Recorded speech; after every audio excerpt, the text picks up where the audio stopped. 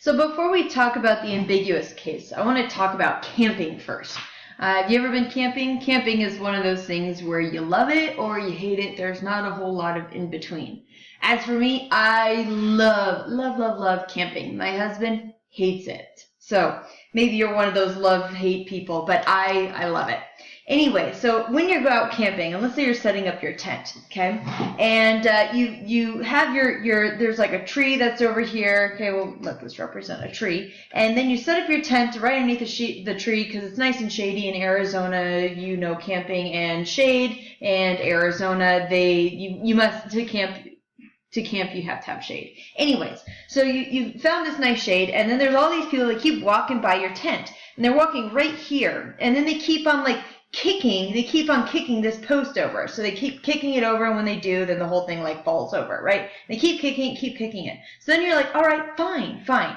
I'm gonna move this stake inward, okay? So then you're still underneath this tree, but now you're just kind of, well, you've decreased where your like living quarters for a while now. Okay, now you've got a tent that's a lot smaller, but you're still keeping this same angle right here. And you're still using this length of a pole and this length of a pole. You've just kind of moved it from going outward to kind of like kicking it inwards. That's the premise of the lesson that I want to get to.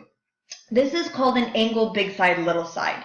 So if you remember in the beginning of the year, I gave you guys like a piece of paper, and with your compasses, oh, you guys can see my hands. La, la. So with your compass and your protractor, you guys made, like, I gave you 3 sides, and then you had like 3 sides of a triangle, and then with those particular 3 sides, you know, I made you try and make a triangle out of it. And then you guys realized, oh, side only makes one single triangle. Thus, side is a way to prove 2 triangles congruent. Then I gave you something like an angle, like let's say a side and an included angle and a side. And then with a side, included angle, and a side, we saw, oh, there's only one single triangle you can make with one side, an included angle, and a side. Therefore, there's only that side, angle, side is a way to make to make congruent triangles, because you can't make a different triangle given one side, an included angle, and another side. Now, what about angle side? Now, angle side is still not a way to prove 2 triangles are congruent. Angle side, though, let's pretend that this was an angle that's prescribed, okay? So this angle, it doesn't really move, can't really make it bigger, can't really make it any smaller. So I'm given that angle, and I'm given this side, and I'm going to give you another side. Now this side is not given, even though it's obviously here. It's here so that way you can see the triangle that it's making. But this could really be as big or as small as we want to. But what is given to us is this particular angle. We're given this side, and I'm going to add another side onto there, okay? So then I add on this other side, okay? And it's just kind of hanging off over here. Now again, this can be as big or as long as we need it to. So given this particular angle, this side and this side, well, I can make a triangle with that. Sure, okay? Now I'd obviously make this side just as long as it needed to be, but that would be a triangle that I could make with this given angle, this side, and this side. But that's not the only way, right? Angle side doesn't make congruent triangles, because you can make more than one triangle with this particular angle, this side, and this side. You could get a triangle that looks like, hey, this is like the tent that you kick it in, and I still have, oh, it doesn't really want to stay though. It's supposed to stay. Okay, so that's the same triangle. Well, it's obviously a different triangle rather, but it's made with the same angle, this same side, and that same side. I didn't change the size of this angle or this side or this side. Now I changed this side, but I told you that we're given this angle, a side, and another side. This other side I'm not necessarily given. But it's obviously a very different looking triangle than it was with that angle side. So that's why we can't show angle side proves congruent triangles. It doesn't work. It makes, I can see obviously 2 different kinds of triangles, that if I have specifically an angle followed by a big side followed by a littler side, okay? If I have an angle, big side, little side, I can make 2 separate triangles with it. Well, there is another option that could happen. What if instead I took off this side, and I made that another, it was still an angle, a big side, and a little side, but I just made this side a little bit littler. All right, there's my scenario, okay? Well, with this angle and that side and that big side and little side, this side is a little bit too little in comparison with this one. That there's no way I can't make a triangle out of that. Okay, not without at least changing this angle. You're like, well, why don't you just bring it up? Because then I'm changing this angle. Okay, so this is never going to make a triangle, right? So this side was a little bit too little. That's another angle, big side, little side scenario. So there's two options here that could happen. One is that it doesn't actually make a triangle. Two, it does make a triangle, and you have two different kinds of triangles. Oops, it'd be more like this. Two different kinds of triangles that it could make. Okay, so let's try out some of these angle big side, little side problems. They're a big pain in the angle big side, little side. They're a lot of work. So let's try this one. So I tend to draw my triangles the exact same way I just showed you. I try to force the angle they give me to be right here. And then this has to be, okay, they only give me one angle, angle A. Let me make, well, I don't have any options then for side A. This has to be 42.2.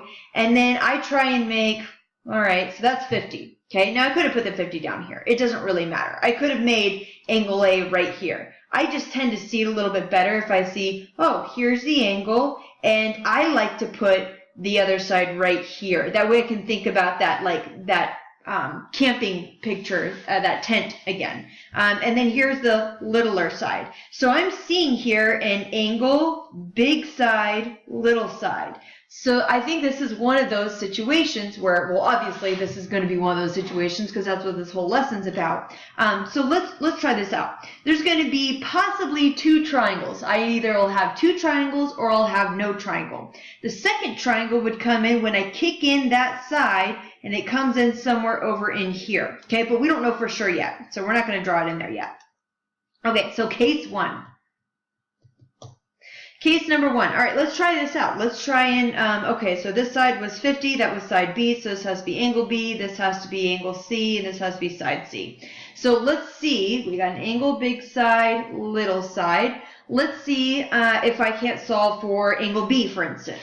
So sine of angle B divided by side B has to equal the sine of angle A over side A. And then if I multiply both sides by 50, sine of angle B equals 50 sine 58 over 42.2. And I take the arc sine of both sides.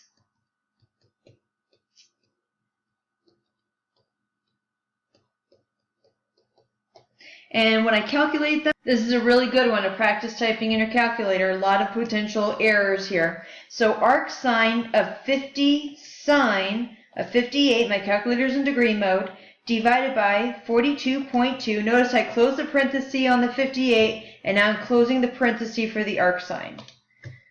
And then it says error, domain. Did I mistype something? I know I didn't mistype anything actually here. So the problem is that it's got a domain problem, and you'll find out more about that. The problem, the restrictions for arcsine, the domain for arcsine, but that'll happen in college algebra and pre-calculus, trigonometry actually. So we know that what happened here is that the triangle was too small. It was, or that last side was too small. With that kind of an angle and that length of a side, this side actually never connected. Thus, I didn't have any triangle. I had case none. I didn't have any triangles. There's no triangle. That's it. Okay, that's like the best case scenario because then we're done with this problem. This didn't even make a triangle, so there's no solution here. All right, let's try another one. Maybe this one will work out. So angle A is 60 degrees, and that must mean side A has to be 9. And side C, let's force that one to be side C, and there gives me my 10. Again, try and draw it the same way every time, where this is going to be your angle, and then you can see quickly if you have a big side and a little side. That's 60, that's 9. Okay, and this side is, or that angle is angle C, and this must be angle B, this is side B. So this is one of the angle, big side, little side situations. So let's see if this one works out. Let's see here, what could I solve for? Maybe I'll solve for angle C first. So sine of angle C divided by side C equals the sine of angle A divided by side A. Multiply both sides by 10 and then take the arc sine of that. Kind of did a lot right there in that one step. And type that in my calculator. So I'll go ahead and quit that, enter. Okay. Arc sine of 10 sine of 60, close my parenthesis, divided by 9, close parenthesis on the arc sine, and I get about 74.2 degrees. So angle C here is 74, I'm going to do that in blue actually, 74.2 degrees. So the remainder angle B will add 60 to that number and then subtract that from 180, and angle B is approximately 45.8 degrees. Now that's not an exact number. This was not an exact number. I'm going to need to store that number in my calculator because I'm going to have to use it again. So angle C was 74.2 degrees, angle B is 45.8 degrees. So I'm going to store that right now as B. So store alpha B. Okay, it's in there.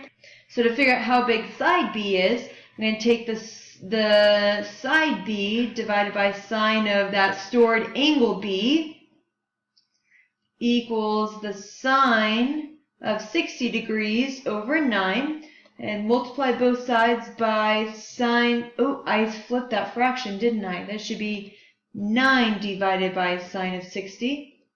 So sine of 45.8 times 9 over sine of 60. 9 sine of angle B divided by sine of 60. Enter. About 7.5. So B equals 7.5.